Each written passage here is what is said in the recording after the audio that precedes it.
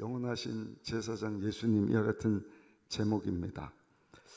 이번 주 내내 우리 히브리서 말씀을 전하면서 이 히브리서 말씀은 유대인이었다가 예수 믿고 크리스찬이 된 유대교 크리스찬에게 쓰여진 글이다 말씀을 드렸습니다. 신앙생활을 하는 데 있어서 안팎으로 공격이 찾아오는데 내부적으로는 거짓 선지자가 문제를 일으킵니다. 외부적으로는 예수 믿는 것 때문에 핍박이 찾아오고, 그때 이 히브리서 기자가 이 히브리서를 기록하면서 그 가운데 필요한 것이 믿음이다. 믿음의 주요 온전케 하시는 예수님 붙잡고 그려 어려운 일들을 다 이기기를 바란다 하는 내용이죠. 근데 그 예수님이 누구신가에 대한 궁금증, 의문점이 참 많은 것입니다. 어제 살펴본 것처럼 족보에 관심이 많아요. 아니, 예수님이 대제사장, 그것도 큰 대제사장이라고 한다면 아론의 반열을 따라야 되는데 육적으로는 유대인이지 않느냐, 유대 지파이지 않느냐, 아론의 후손이 아니지 않느냐, 레위 지파 소속도 아니지 않느냐, 그런 예수가 어떻게 제사장이 될 수 있느냐 하면서 질문을 합니다. 그래서 어제도 살펴봤지만 오늘 히브리서 7장에도 보면 창세기서 14장에 나오는 왜 예수님께서 아론의 계열이 아니지만 위대하신 제사장이 될 수 있는지 어제 설명을 드렸습니다. 위로 나신 분이시기 때문입니다. 멜기세덱의 반열을 따르시는 분이시기 때문이다. 우리 본문 말씀 다시 한번 읽어보실까요? 히브리서 7장 1절로 3절까지 같이 한번 읽어보겠습니다. 이 멜기세덱은 살렘 왕이요 지극히 높으신 하나님의 제사장이라. 여러 왕을 쳐서 죽이고 돌아오는 아브라함을 만나 복을 빈 자라. 아브라함이 모든 것의 10분의 1을 그에게 나누어 주니라. 그 이름을 해석하면 먼저는 의의 왕이요 그 다음은 살렘 왕이니 곧 평강의 왕이요 아버지도 없고 어머니도 없고 족보도 없고 시작한 날도 없고 생명의 끝도 없어 하나님의 아들과 닮아서 항상 제사장으로 있느니라. 아멘. 하나님의 아들을 닮았다는 것은 하나님의 아들이시라는 것입니다. 그러니까 이미 창세기서 말씀에 하나님의 아들이신 예수님에 대한 말씀이 멜기세덱 왕으로 제사장의 모습으로 등장하는 것을 봅니다.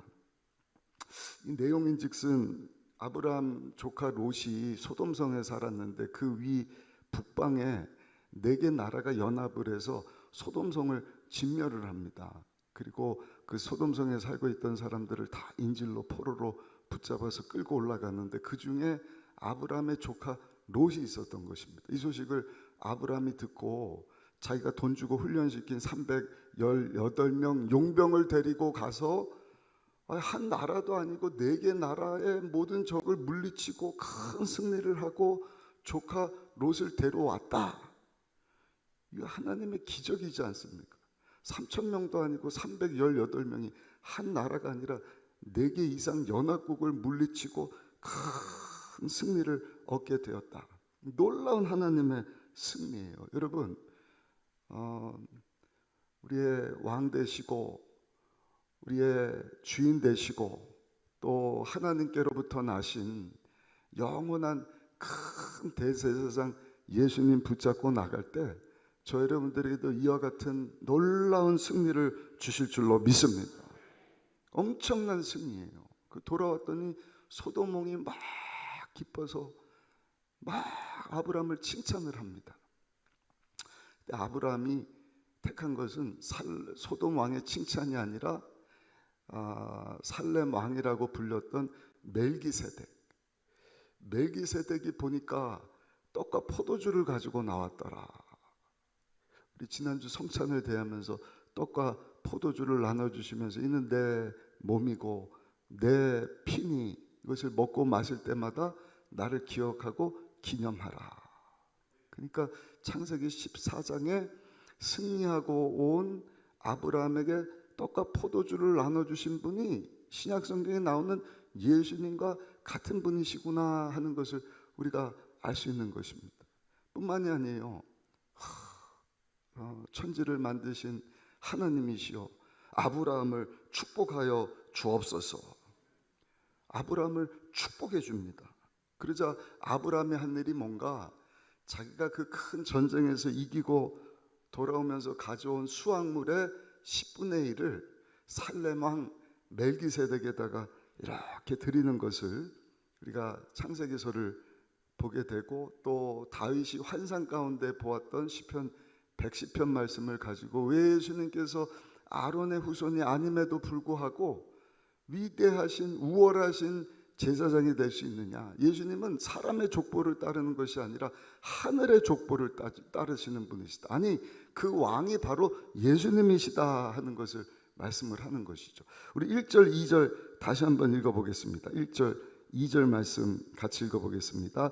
이 멜기세덱은 살렘 왕이요 지극히 높으신 하나님의 제사장이라. 여러 왕을 쳐서 죽이고 돌아오는 아브라함을 만나 복을 빈지라. 아브라함이 모든 것의 10분의 1을 그에게 나누어 주니라. 그 이름을 해석하면 먼저는 의의 왕이요 그 다음은 살렘 왕이니 곧 평강의 왕이요. 그러면서 그 멜기세덱 살렘 왕이 제사장 되시는 예수님이 어떤 분이신가 하는 것을 설명을 하는데, 멜기세덱 이름을 풀어서 그는 의의 왕이요 샬롬 살렘 왕이다, 평강의 왕이시다, 이렇게 설명을 하는 것입니다. 멜렉이라고 하는 뜻이 왕입니다. 채테크가 의입니다. 그러니까 합쳐서 멜기세덱 이렇게 되는데 무슨 뜻인가? 의의 왕이시다. 그리고 살렘 왕은 샬롬 평강의 왕이시다. 또 한 가지, 본문에는 나오지 않지만 아브라함이 11조 가져 나올 때, 승리해서 나올 때 그를 축복해 주잖아요. 우리 예수님은 축복하시는 분이시다. 할렐루야. 그리고 2절 말씀 한번 다시 읽어보시면, 2절 말씀 같이 읽어보실까요? 아브라함이 모든 것의 10분의 1을 그에게 나누어 주니라. 그 이름을 해석하면 먼저는 의의 왕이요 그 다음은 살렘 왕이니 곧 평강의 왕이요. 3절도 다시 보시면 아버지도 없고 어머니도 없고 족보도 없고 시작한 날도 없고 생명이 끝도 없어 하나님의 아들과 닮아서 항상 제사장으로 있느니라. 아멘. 예수님이 의의 왕이 되신다, 평강의 왕이 되신다, 그리고 축복해 주시는 분이시다, 이런 것을 설명을 해주는데 그 내용이 4절부터 7절까지 반복해서 설명이 되어 있습니다. 그러면서 우리 10절로 한번 가셔서 보시면 10절 한번 읽어보실까요? 이는 멜기세덱이 아브라함을 만날 때에 레이는 이미 자기 조상의 허리에 있었습니다. 왜 예수님이 우월하신 아론의 반열을 따르지 않았음에도 불구하고 위대하신 제사장이 되시는가? 여기 전쟁을 치르고 돌아왔을 때 아브라함을 만난 멜기세덱 왕이 의의 왕 평강의 왕이다. 그 아브라함의 후손 가운데 레위 지파, 아론 지파가 이렇게 등장을 하는데, 그때 아론 지파, 레위 지파는 어디 있었다고요? 아브라함의 허리춤에 있었다. 그 뜻은 태어나기도 전이라는 것입니다. 그 후손이 나오기도 전에 이미 계셨던 분이 예수님이시라는 것입니다. 할렐루야. 그렇다면 이 하나님의 위대하신 제사장 되시는 영원하신 우리 예수님께서 제사장으로서 이 시대에 우리 위해서 하시는 일이 뭔가 한번 따라 하실까요? 나의 죄를 씻어주시고 나에게 평강을 주십니다. 그것이 이름 뜻 그대로 의와 평강의 왕이다. 할렐루야. 의는 하나님과 우리 사이에 좋은 관계를 이야기합니다. 내가 의롭게 되었다는 것은 의로우시고 거룩하신 하나님 앞으로 내가 이제는 나갈 수 있게 되었다. 우리가 더러우면 우리를 만드신 창조주 하나님 앞에 피조물인 우리가 너무너무 더럽고 추해서 나갈 수가 없잖아요. 무엇으로도 안 되는 것입니다. 어떤 의로도 안 되는 것입니다. 그러나 예수님께서 십자가에서 흘려주신 그 대속의 피, 마치 제사장이 자기뿐만 아니라 온 백성들의 죄를 대신하여서 피를 흘림으로 자기의 죄가 그 짐승에게 전가되고 그 짐승의 의가 나에게 전가될처럼 예수님께서 자신의 피를 흘려 피의 속죄제물이 되어 하나님께서 인류의 죄를 담당하는 어린 양이 되사 저 여러분들의 모든 죄를 다 담당해 주시고, 할렐루야, 그 의로움을 우리에게 전가시켜 주셨다. 그러니까 예수님 때문에 저 여러분들은 의의 옷을 입게 된 것입니다. 믿으십니까? 고린도후서 5장 21절 말씀입니다. 하나님이 죄를 알지도 못하시는 이를 우리로 대신하여 죄로 삼으신 것은 우리로 하여금 그 안에서 하나님의 의가 되게 하려 하심이라. 아멘. 죄가 없으신 예수님이신데 십자가에서 죄덩이가 되게 하심으로 예수님 때문에 저 여러분들의 죄를 용서하시고 저 여러분들은 이제 의롭게 되게 하셨다. 그 일을 이루시는 분이 의의 왕 되시는 멜기세덱, 영원한 하나님의 반열을 따르는 우월하신 제사장 예수님이시다 하는 것을 우리에게 말씀을 하시죠. 사랑하는 성도 여러분, 우리가 예수 모시는 그날까지 항상 기억할 것은 이 의롭게 하시는 예수님 때문에 나는 죄 용서 안 받은 의인이 되었다 하는 사실을 늘 기억하며 살아야 할 줄로 믿습니다. 그러니까 하나님 앞에 설 때도 우리 예수님이 저를 보는 것이 아니라 여러분 십자가를 통해서 저 여러분들을 보는 것입니다. 용서받은 의인의 모습으로 보는 것입니다. 아멘이십니까?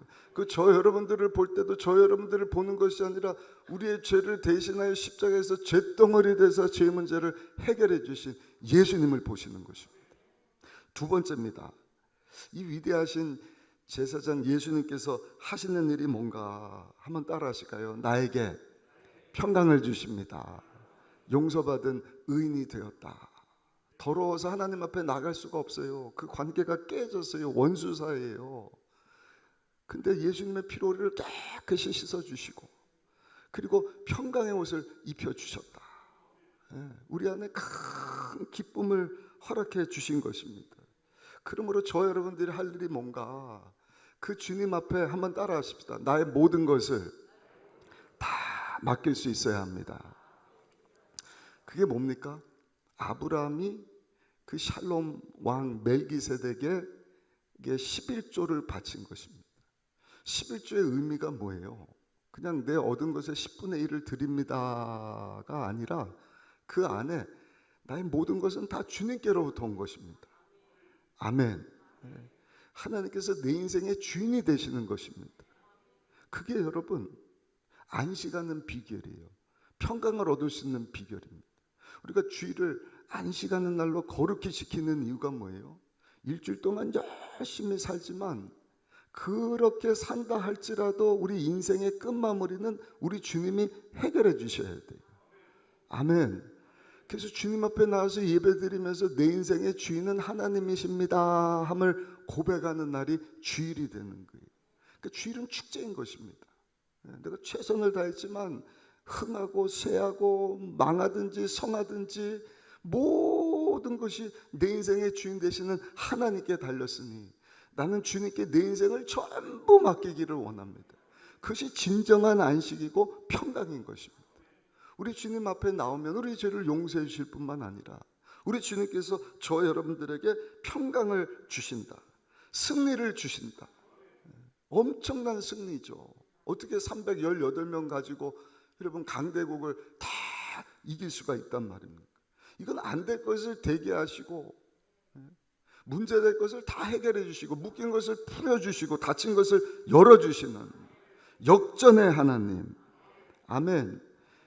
미식 축구 우리가 잘 못 보지만 저 한때는 미식 축구를 참 좋아했습니다. 그 이제 한 야드씩 이렇게 전진하면서 점수를 얻는데 상대 진영에 공을 들고 막 뛰어가면 터치다 6점을 얻어요. 이렇게 경기를 하다 보면 점수차가 벌어지잖아요. 애매한 점수차가 6점 차입니다. 야, 내가 내가 6점 차이로 지는데 터치다운만 할 수 있는데, 근데 터치다운 하고 그 외에도 추가로 점수를 얻을 수 있거든. 그러면 지던 상황인데 야구로 치면 9회 말 투아웃에 완전히 질 수밖에 없는 상황 가운데 대역전에서 이기는 상황, 그런 상황이 딱 벌어지면 미국 사람들은요 헤일 메리 그러면서 막 즐거워요. 헤일은 하이 히틀러 할 때 기쁨으로 맞이할지어다, 메리 마리아를. 누가복음 1장 26절에서 나온 말씀이거든요. 은혜를 받은 자여 평안할지어다, 주께서 너와 함께 하시는도다. 주님이 너와 함께 하시니 평안할지어다. 평강의 왕 되시는 주님 앞에 나와서 너의 죄를 다 내어 맡기고, 하나님이 내 인생의 주인 되심을, 우리 예수님이 우리 인생의 주인이 되어 주시고 내 죄를 용서해 주시고 평강 주시는 주님이심을 인정할 때 우리 주님께서 우리에게 이런 평안을 주신다. 모든 것을 책임져 주신다. 시편 기자가 시편 40편 2절에 보니까 나를 기가 막힐 웅덩이와 수렁에서 끌어올리시고 내 발을 반석 위에 두사 내 걸음을 견고하게 하셨도다, 이렇게 말씀을 합니다. 사랑하는 성도 여러분, 고난주간 여러분 지나가면서 예수님께서 이 의로움을, 이 평강을 우리에게 주시려고 십자가를 지신 것입니다. 오늘 5번째 날입니다. 우리 예수님께서 십자가 지시는 것을 준비하신 날이에요.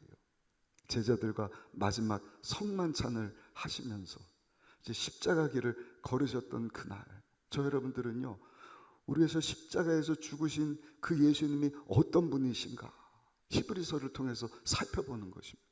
선지자보다 위대하시다, 천사보다 뛰어나시다, 어떤 제사장보다도 위대하신 샬롬 왕 멜기세덱 되시는 제사장 예수님이신데, 여러분 그 예수님께 나가면 그 예수님이 우리에게 의를 허락해 주신다, 평강을 더하여 주신다, 안식하게 하시는 거예요. 승리를 주시는 것입니다.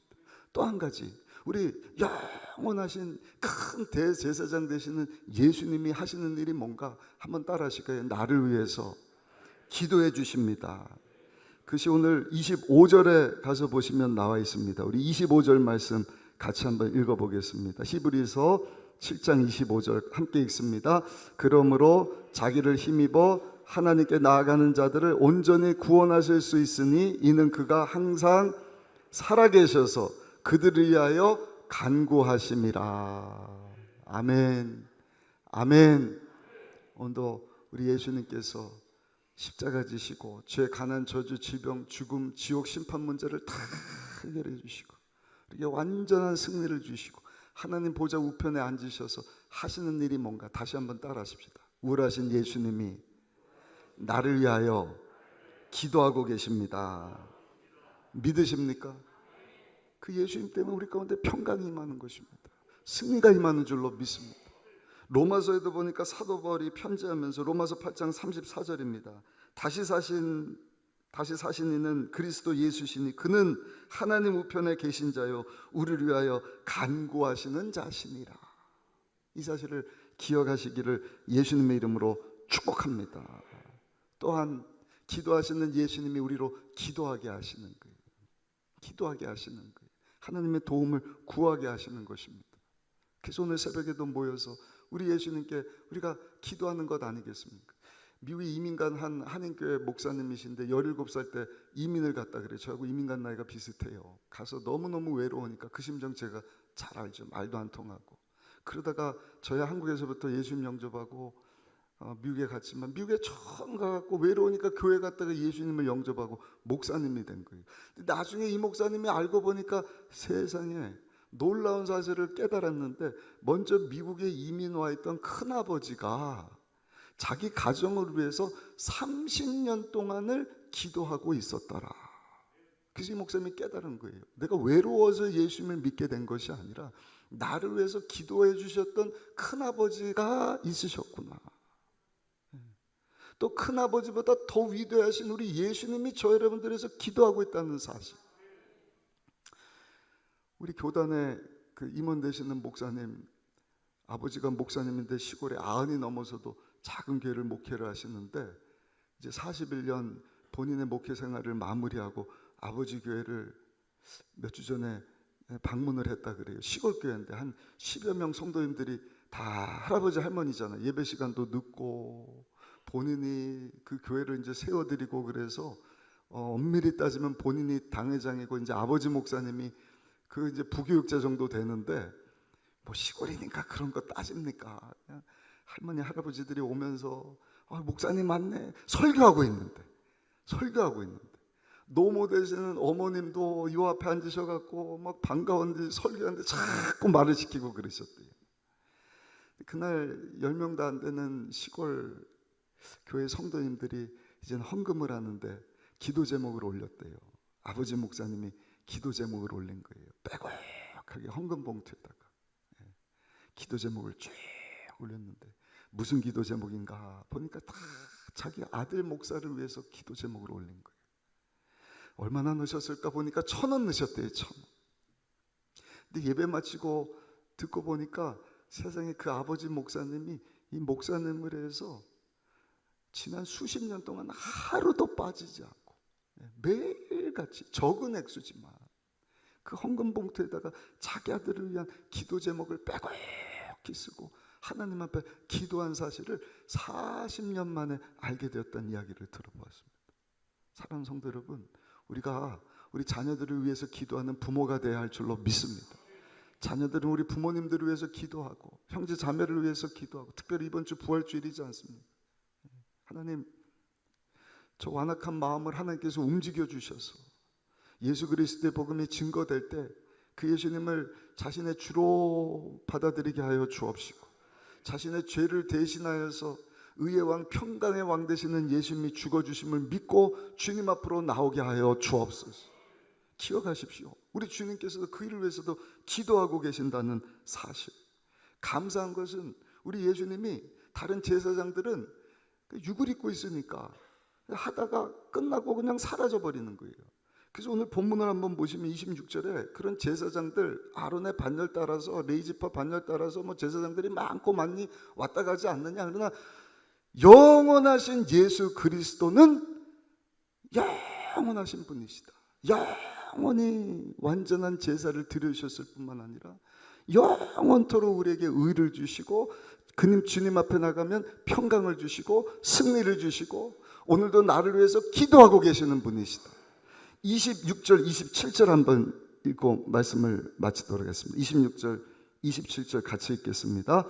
이러한 대제사장은 우리에게 합당하니 거룩하고 악이 없고 더러움이 없고 죄인에게서 떠나 계시고 하늘보다 높이 되시니라. 그는 저 대제사장들이 먼저 자기 죄를 위하고 다음에 백성의 죄를 위하여 날마다 제사 드리는 것과 같이 할 필요가 없으니 이는 그가 단번에 자기를 드려 이루셨습니다. 28절까지 한번 읽어보겠습니다. 율법은 약점을 가진 사람들을 제사장으로 세웠거니와 율법 위에 하신 맹세의 말씀은 영원히 온전하게 되신 아들을 세우셨느니라. 아멘. 얼마나 감사한 일인지 모르고 영원한 속죄의 제사를 드려주셨다. 그리고 그 위에 보면 아까 말씀드린 것처럼 23절에 제사장 된 그들의 수요가 많은 것은 죽음으로 말미암아 항상 잊지 못합니다. 제사장직 사명 감당하다 죽으면 끝이지 않습니까? 그러니까 많이 왔다 갔다는 것이. 근데 우리 예수님은 영원하신 분이시오. 영원한 속죄의 제사를 드려주신 분이시오.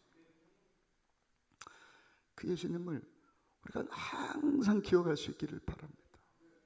그 주님 앞에 나가면 우리 주님이 나에게 의를 주시고 평강을 주시고 승리를 주시고 나를 위해서 기도해 주시는 분이 나와 함께하고 계시다. 아멘. 이런 얘기가 있더라고요. 그 젊은 부부인데 아이 하나를 놓고 사는 거예요. 아내가 그런 질문 안 했으면 좋았을 텐데 남편 속을 긁으려고 하는 것도 아니고 그냥 물어봤대요. 여보, 당신하고 나하고 어머님하고 우리 아들하고 물에 빠졌어. 그러면 누구부터 구할래? 그런 질문을 왜 하냔 말이에요. 근데 속도 모르고 남편이 아유 엄마부터 구해야지. 좀 속이 상했지만 효자구나 그러고 넘어갔대요. 거기까지 하면 되지. 또 물어봤대요. 여보, 그 다음에 누굴 구할래? 그랬더니 아유 우리 아들을 구해야지. 아내가 속병이 난 거예요. 야, 나는 뭐냐? 어머니보다도 못하고 아들보다도 못하고 나는 뭐냐? 막 끙끙 앓다가 우울증이 찾아왔어요. 너무너무 괴로워하다가 이제는 상담사를 만났대요. 상담사가 이 아내에게 뭐라고 얘기하느냐? 걱정하지 마시고 가서 수영을 배우세요. 수영. 남편 의지하려고 하지 말고 수영을 배우라.